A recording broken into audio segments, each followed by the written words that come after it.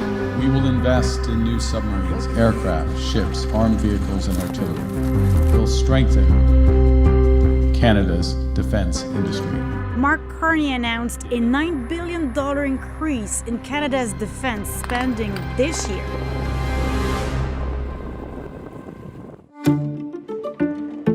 Are they too high expectations about defense and security, or the buzz is real? The buzz is real. To meet its commitments under NATO, the country aims to spend 5% of its GDP on defense and security by 2035. We will ensure that every dollar is invested wisely, including by prioritizing made-in-Canada manufacturing and supply chains. Of course, we have all we need to position ourselves into the defense sector.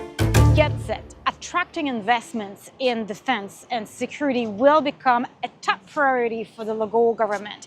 It wants to help Quebec businesses to get their fair share of contracts from Ottawa or the EU, even though there has been no public debate on the issue so far.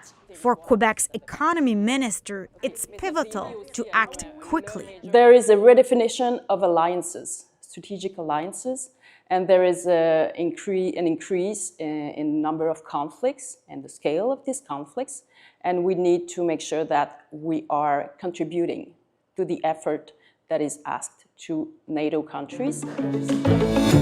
Puis ici, on s'est doté d'équipements. Basecamp Connect doubled in size last year, going from 15 to more than 30 employees. Francis Raveneau explained to us that it took his team several years to be under contract with national defense. Once you're in, and that's the good thing with defense, and once you've proven your solution and once you're in, you're in.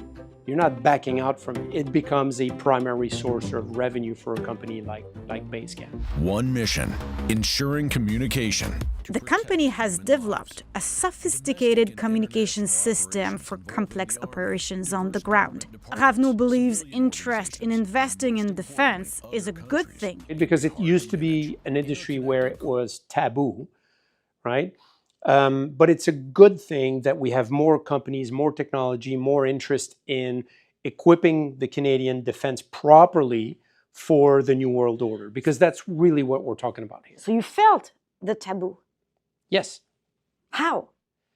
Well, if you just take the financing part, you would not be able to get financing if you were selling in defense. But Quebec has changed the rules. And from now on, it is possible to get financing by Investissement Quebec, provided that it will be used either for Canada or Canada's allied countries. Là, il y a une accélération. Groupe Océan is specialized in shipbuilding and repair. In July, the Quebec government invested $145 million in this company. The timing couldn't have been better. It means that we will be more competitive. And this is what you want. Yeah, that's what we want. And we want to continue growth, not only in Canada, but also in the world. Groupe Océan wants to be present with more tugboats in the Arctic. The growth of the traffic in the Arctic will raise some question about sovereignty, support, response to accident and incident. So we can support them. The co-director of the Canadian Defense and Security Network believes businesses that can need to position themselves in defense and security. But Professor Kimball has studied Quebecers' perceptions versus the other Canadians in this field and is aware of the differences. Well, in general, there's a lot of skepticism about defense spending. I think it's important to note that even among Quebecers, this is a little bit divided. And at the end of the day, most of what Quebec-based firms produce are not actually those offensive type of arms that are really the ones that are kind of raising the flags about does this align with kind of Quebec's perception of itself on the international stage. With the Trump administration and its tariffs, the Legault government has repeated that Quebec's economy needs to change. After promoting the battery industry, the CQ says the province needs to focus on defense and security, hoping it will make gains with this new strategy.